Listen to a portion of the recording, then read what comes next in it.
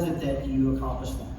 Well, first of all, it just so happens we have an agent academy, which we've done in New York, Washington, Ann Arbor, Houston, Dallas, where you can come and learn how to recruit, how to negotiate. The central skill we teach is the art of listening.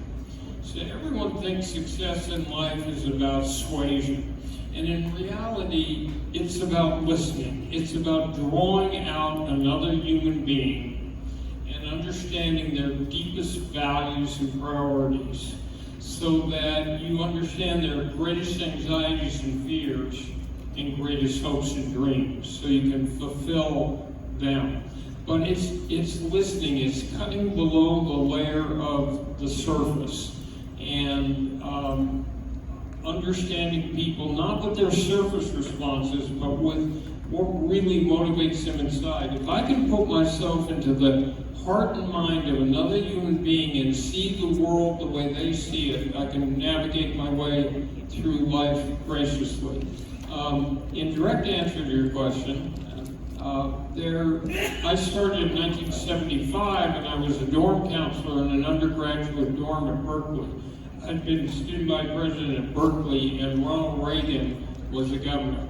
So every time we demonstrated against the war in Vietnam, he cracked down. I learned everything I ever needed to learn about negotiation from my combat with Governor, later President Reagan.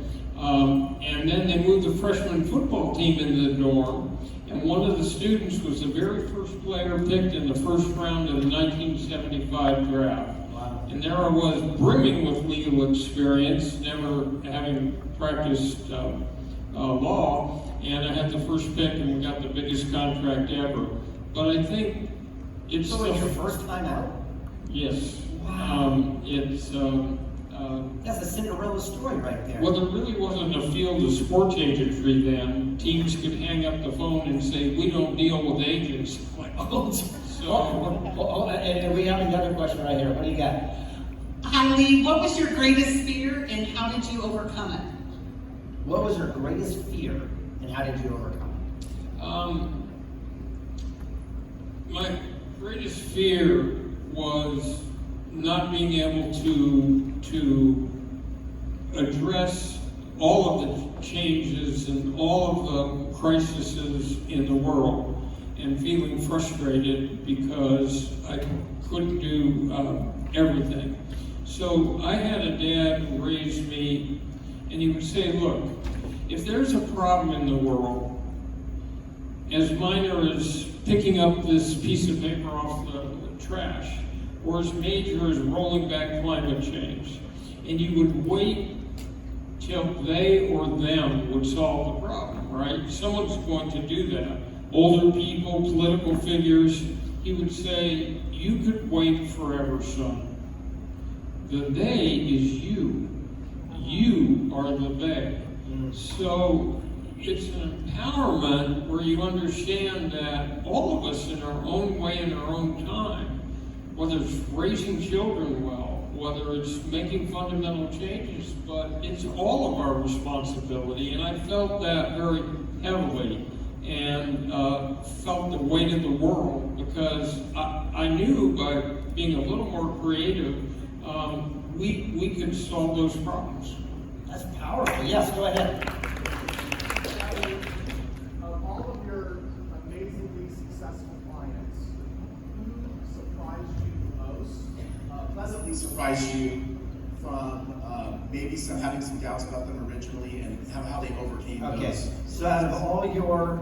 Okay, there you go. So Warren Moon was a quarterback who came out of the University of Washington, and at that time there was a certain amount of prejudice in the NFL for the so-called thinking positions. In other words, did African American or black have the intellectual capability to play? I know it sounds strange now, but so there hadn't been a lot of breakthrough black quarterbacks, and that position was critically important because it was the same way that having President Obama in office said you can aspire to this, well, you could aspire to the key position.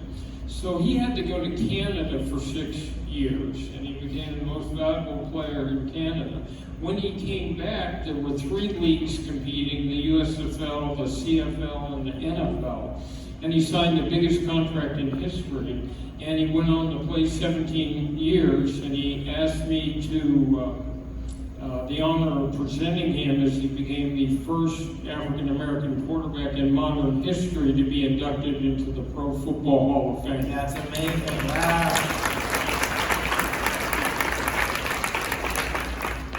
That's a good one. Yes, go ahead, Mike. Scream it. Or use that. Can I go with you to an NFL event?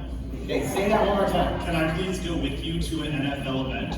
Can I please go with you to an NFL event? Well, we do a Super Bowl party, which has got, 5,000 or 6,000 of my closest friends.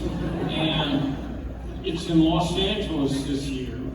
And the key to the Super Bowl is it's a convention of Americana. It's big business, big politics, big sports, big entertainment, and we mix all those groups. And we give you humanitarian awards. One year we were in Miami and they had an earthquake in Haiti, so people were dying of cholera. And so we shipped a water machine down there directly from the party that purified the water for 140,000 people a day.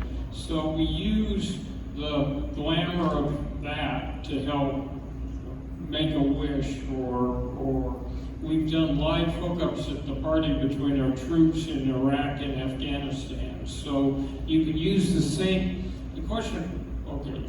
They want to spend some time with you. My question is, how do I get 2 tickets so I can put it in the tub of love to go to that party? So because of our relationship, Greg, now I gotta tell you, at that event that in Las Vegas, 4 tickets to our Super Bowl party got $65,000 at the silent auction. At the live auction, and then $25,000 to have lunch with me, which is $24,995 more than it's not you. It's like you feel funny even having lunch, and then you're like, oh no, it can't be worth this. So anyway, but you can have 2 tickets to the party. We might have to auction those back too. Yes, go ahead, yell it out. Thank you so much for coming. My question is, what was your childhood dream, and how was that one of your beginning dots that connected to where you are now? Okay, as a kid, did you have a dream, and was that a connecting dot to where you are today? So when I was growing up, of course, my father raised me to be president of the United States, so I had very modest aspirations at that point. So growing up, it was the whole mantra around our family home was do good, make a difference, make a difference. So we were hardwired that way. So I thought I'd end up in politics, or if I was going to be a lawyer, some of you are way too young, but there was a show called Perry Mason, and there was one called The Defenders, and there was one called Judge for the Defense. And so I thought I'd be like a civil rights lawyer, or I'd be, fighting for the downtrodden. And then I met Steve Bartkowski. And so what's really funny is how open you have to be in the world for unforeseen opportunity, because I love sports. I grew up a Dodger fan in Los Angeles, and Rams and Lakers and UCLA. Well, now we have the Chargers, but I would have left them in San Diego because